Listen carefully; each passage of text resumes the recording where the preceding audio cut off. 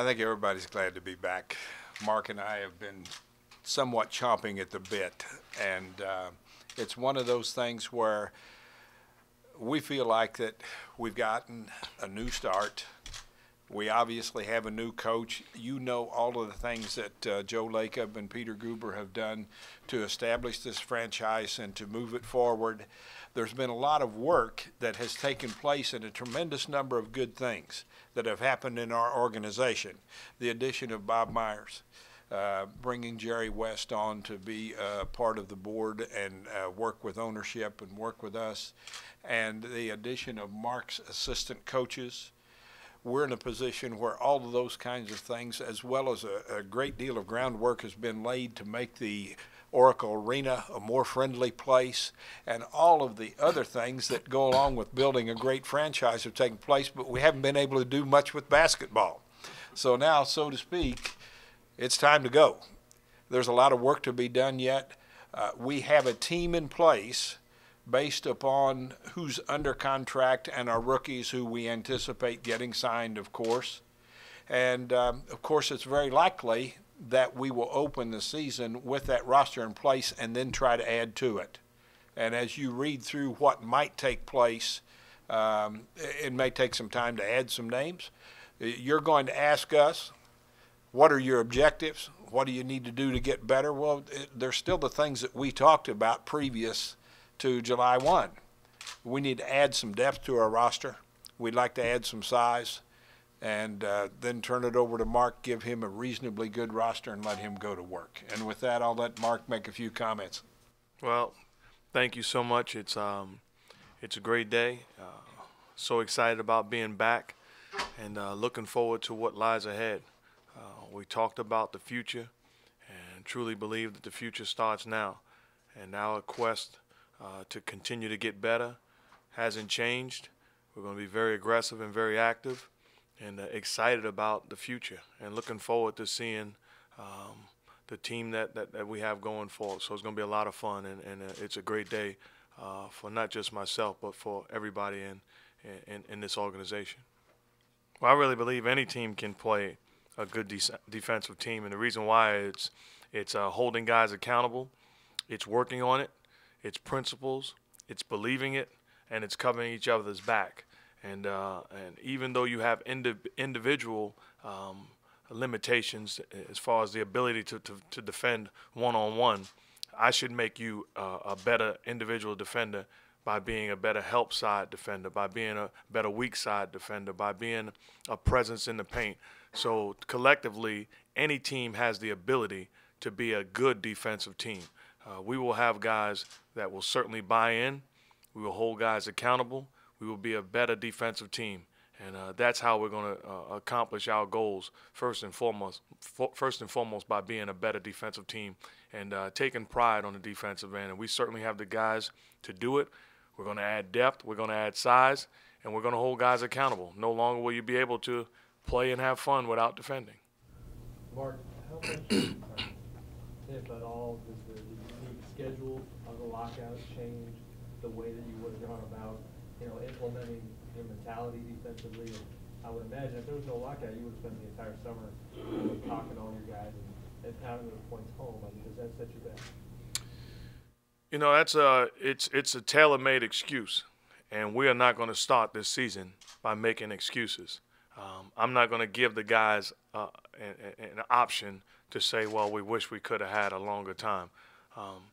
Everybody knows what it takes to defend. Everybody can recognize good defensive teams and bad defensive teams. Everybody can recognize who takes pride of getting stops and who doesn't. We're going to expect guys to learn very quickly and to begin to understand that if we really truly are serious about winning, we have to be serious about defending. We have some good players that we don't want to trade. If we saw an opportunity to improve our team, and certainly not by knee-jerk reaction, we would make a trade. And of course, what happens now with somewhat the opening up of discussions with agents and with other teams and so on, it's going to be obvious. You're going to start reading all kinds of speculation about what's going to happen with our roster, and that's fine.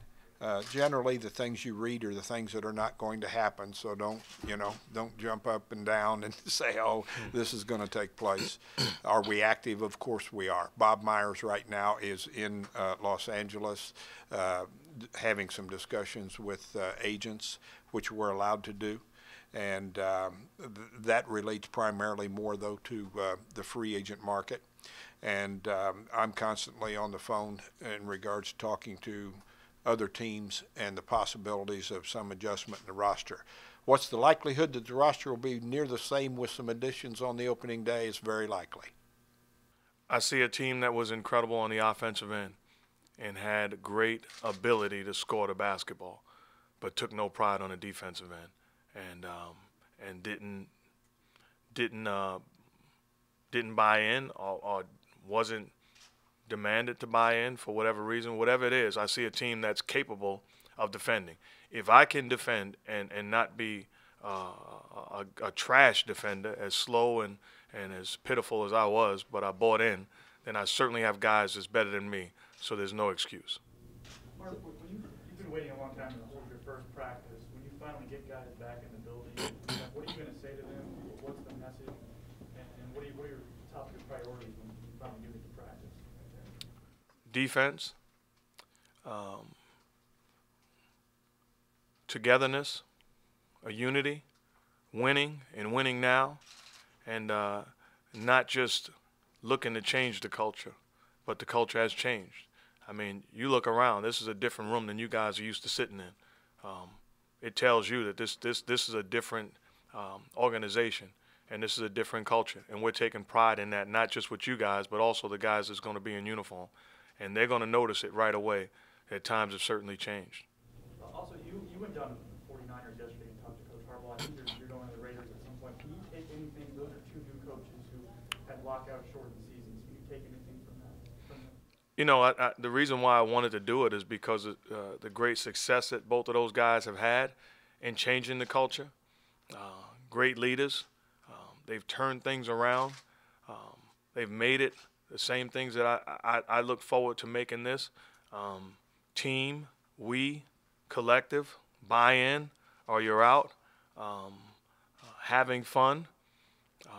You watch Coach Harbaugh running around in drills and trash talking and hugging guys and touching them, and I'm sure that Coach Jackson does the same things. So it was a great experience for me. And I think the thing that you realize is neither one of those coaches used a shortened preparation time as an excuse.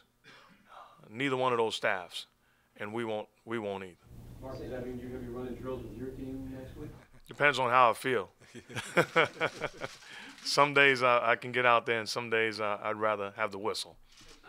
Expectations or goals in terms of wins or type of performance, or do you say focus on the process and let things evolve? I'm not a coach that's going to look and say we should win X amount of games. I'm going to go in every game, excuse me, believing that that we're going to win. And we're going to prepare for that. And like I said from the first day, we will be a successful organization, and we will put ourselves in position to be a championship team. This will be my first time coaching this group. So I will have to pay attention to guys' ability to play big minutes, guys' ability to bounce back, guys' ability to play 3 days in a row. All of those things are important. And I will learn these guys individually and collectively, but I will push them, and I'm not going to accept excuses. That being a schedule, that being how your body feels. Sometimes you've got to tell your body to take a back seat because we're going to do this, and I'm going to demand that guys have that approach. Your own rookies this year, maybe they're the ones most affected by this season situation, just because they may not have as much time to impress or to learn or to develop. I'm going to go along with Mark on this. Here's the rules. Here's the situation. Make the best of it. And we'll say that to our players. They have been I'm comfortable that they've been working out. If you wanted to build the excuses, yeah, it's a shorter training camp. They only get to play in 2 preseason games instead of 8, which for a rookie, yeah, I understand that. But is that not the same schedule for everybody else? Is it more difficult for this rookie class than last year's rookie class or years gone by? I'll give you that. But let's take the situation that we have, and we'll say to them, let's go make the best of it. And, yeah, it would have been great to even have Summer League. So not only are you talking about 8 preseason games in Summer League, well, this whole rookie class doesn't have that, so it's somewhat of a level playing field for everybody.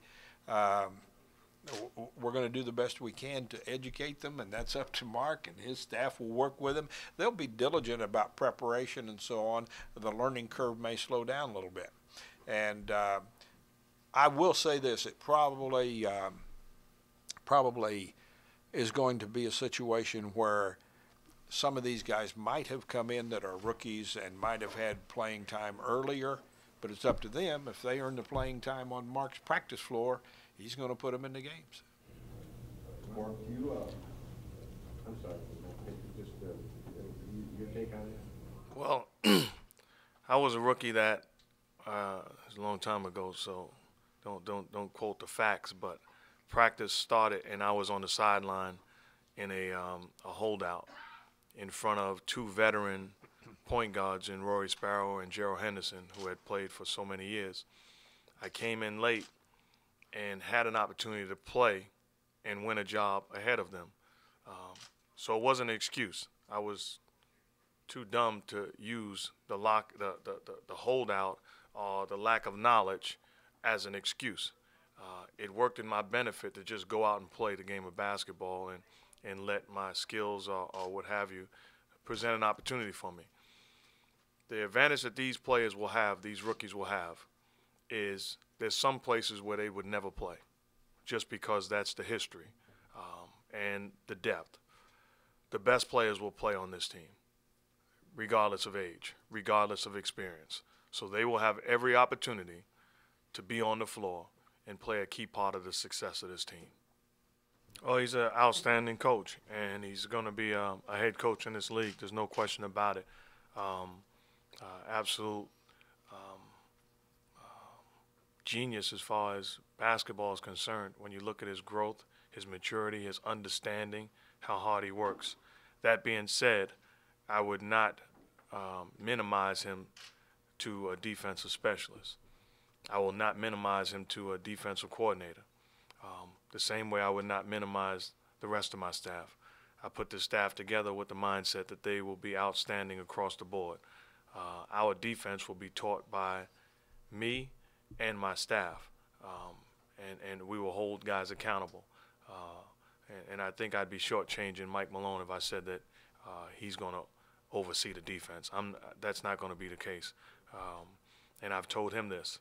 He will have just as much say on both sides of the basketball, and so will the rest of my staff.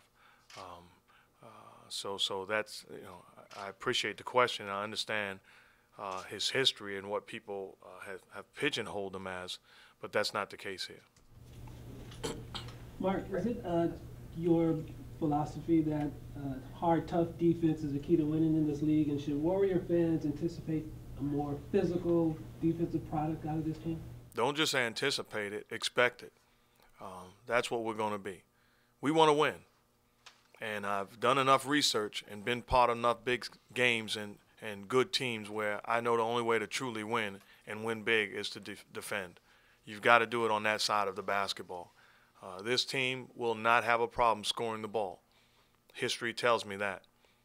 But we will be a gutty, gritty defensive team that's going to make life tough for teams to score against us. And in this league, you're talking about outstanding individual and collective talent and also some outstanding coaches that know how to make proper adjustments. So there's going to be nights where it's going to be a tough time stopping people. But we're not going to use that as an excuse.